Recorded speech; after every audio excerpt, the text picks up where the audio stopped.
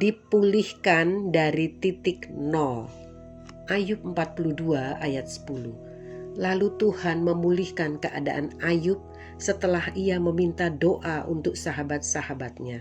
Dan Tuhan memberikan kepada Ayub 2 kali lipat dari segala kepunyaannya dahulu. Meskipun Ayub tidak lagi diajak bicara, namun Tuhan terus menyebut Ayub sebagai hambaku, sebuah sebutan yang jarang dipakai yang menunjukkan perkenanan Allah kepadanya. Pengalaman hidup Ayub dipulihkan dari habis sama sekali atau dari titik nol hidupnya. Dipulihkan Tuhan kembali keluarga dan hartanya. Bahkan Tuhan memberi ganti menjadi 2 kali lipat dari sebelumnya.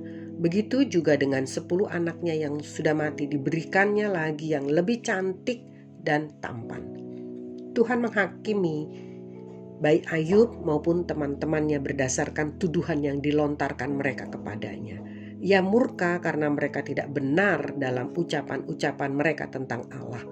Mereka telah berbicara dengan bohong dan menyesatkan umat Allah. Kita baca itu dalam ayat 7 dan 9. Sebagai hukumannya, mereka harus menaikkan korban pendamaian. Hati-hatilah hamba Tuhan, pelayan Tuhan, pemimpin rohani, gembala, bila berbicara keliru tentang Allah, tentu Allah tidak berkenan. Jangan menjual namanya juga kuasanya dalam melayani Tuhan. Tidak gunakan mimbar sebagai khotbah atau pengajaran untuk kepentinganmu sendiri.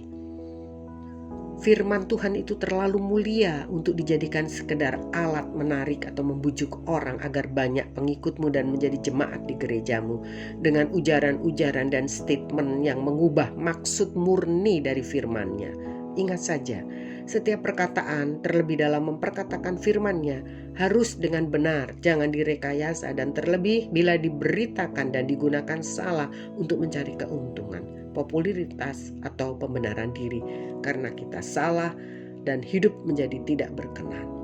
Paulus berkata dalam Roma 15 ayat 18, sebab aku tidak akan berani berkata-kata tentang sesuatu yang lain kecuali tentang apa yang telah dikerjakan Kristus olehku, yaitu untuk memimpin bangsa-bangsa lain kepada ketaatan oleh perkataan dan perbuatan.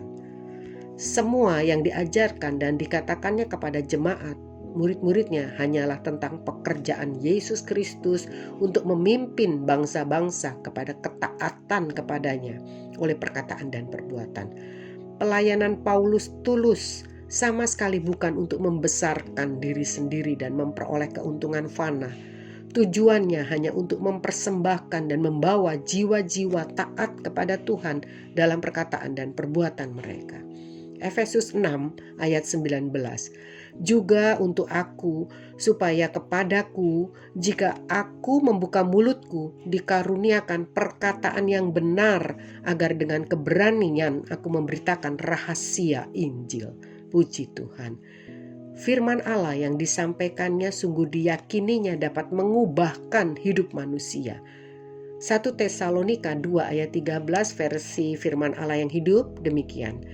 Dan kami akan selalu bersyukur kepada Allah atas hal-hal ini, bahwa ketika kami menyampaikan berita Injil kepada saudara, saudara tidak menganggap kata-kata kami itu berasal dari kami sendiri, melainkan menerimanya sebagai firman Allah. Sesungguhnya lah demikian. Dan pada waktu saudara mempercayainya, firman Allah itu mengubah kehidupan saudara. Amin. Haleluya. Firman-Nya harus dihormati dan tetap dijaga murni, tidak dimanfaatkan menurut kemauan, keinginan, pikiran, dan hikmat manusia sendiri. Itu nanti semua harus dipertanggungjawabkan di hadapannya. Wahyu 22 ayat 18. Kembali kepada teman-teman Ayub. Kesalahan dari sahabat-sahabat Ayub adalah mereka merasa tahu tentang Allah dan bahkan berlagak membela Allah. Tetapi mereka yang justru disalahkan Allah dan Ayublah yang dibela. Sahabat-sahabat Ayub belum sepenuhnya mengenal Allah dengan lebih dalam. Menurut anggapan mereka yang hanya melihat bahwa orang yang menderita pastilah orang yang dihukum Tuhan dan telah berbuat jahat. Ini bukan saja keliru, tetapi juga telah mencurigai Allah, seolah Allah tidak adil. Pemahaman semacam ini bisa menyesatkan dan membuat orang lain jatuh dalam dosa, menghakimi orang lain oleh perkataan dan pikiran tersebut. Saudara yang kekasih dalam Tuhan, kita akan melihat rahasia pemulihan Ayub. Ayub menyesal dan minta ampun atas kesalahannya dan juga kesalahan teman-temannya. Itu dikatakan dalam Ayub 42 ayat 6 dan 10. Pengalaman digugat balik oleh Allah merupakan pengalaman indah bagi Ayub. Saat itulah Ayub bertemu dan mengenal Allah dengan benar secara pribadi. Ayub 42 ayat 5 dia berkata, hanya dari kata orang saja aku mendengar tentang engkau, tetapi sekarang mataku sendiri memandang engkau. Semua cakrawala pengertian Ayub dibentangkan, dibukakan oleh Allah. Maka Ayub dapat melihat dengan mata rohaninya betapa ajaib kebesaran, kesetiaan dan kemuliaan Allah. Dan inilah respon Ayub kini dalam penyembahannya. Akhirnya ia dapat mengakui kesalahannya, kepicikannya yang telah curiga dan dengan bersalah menuduh Allah. Dengan mengakui kebesaran Allah membuatnya mampu menerima realita hidup yang sedang dijalaninya. Dan Ayub pun mencabut gugatan yang pernah dilontarkannya kepada Allah, itu dikatakan dalam ayat 6. Saat Ayub mengaku salah di hadapan Allah, maka saat itu pula pembenaran Allah berlaku atas Ayub. Puji Tuhan. Saudara pun dapat kembali menemukan hidupmu yang terhilang dan dipulihkan melalui semua kepedihan atau kehilangan bila kita mau bersikap rendah hati di hadapannya dan menerima kenyataan pahit dalam hidup kita sebagai tujuan Allah untuk menunjukkan keajaiban kuasanya dan kebesaran kasih-Nya. Tuhan yang menghajar, tapi Dia juga yang membebat luka hati. Ayub 5 ayat 18 versi bahasa Indonesia masa kini. Sebab Allah yang menyakiti, Ia pula yang mengobatinya, dan tangannya yang memukuli juga memulihkan kembali. Puji Tuhan. Dikatakan demikian dalam Ayub 5 ayat 9, 11, 17, 19, 21 dan 22 dalam versi bahasa Indonesia masa kini. Karya-karya Allah luar biasa, tidak sanggup kita memahaminya. Mujizat-mujizat yang dibuatnya tak terbilang dan tiada habisnya.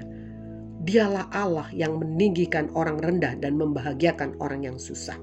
Mujurlah engkau bila Allah menegurmu. Jangan kecewa bila Ia mencelamu. Jikalau bahaya mengancam, selalu engkau diselamatkan. Kau dijaga dari fitnah dan hasut. Kau hadapi musibah tanpa takut.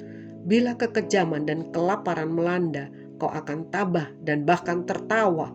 Kau tidak merasa takut atau cemas menghadapi binatang buas yang mengganas. Sebab kita tahu dan percaya kita dapat mengandalkan Tuhan dalam segala hal dan dalam segala situasi, kondisi terburuk apapun, kita tetap aman dalam penjagaan dan perlindungannya. Sebab itu terimalah didikannya dan hajaran yang dimaksudkannya untuk kebaikan kita sendiri dan bertujuan untuk menaikkan iman kita ke next level, menjadi semakin hidup berkenan kepadanya, hidup yang semakin menyembah dan memuliakan namanya. Amin. Puji Tuhan, Tuhan Yesus memberkati kita semua. Haleluya.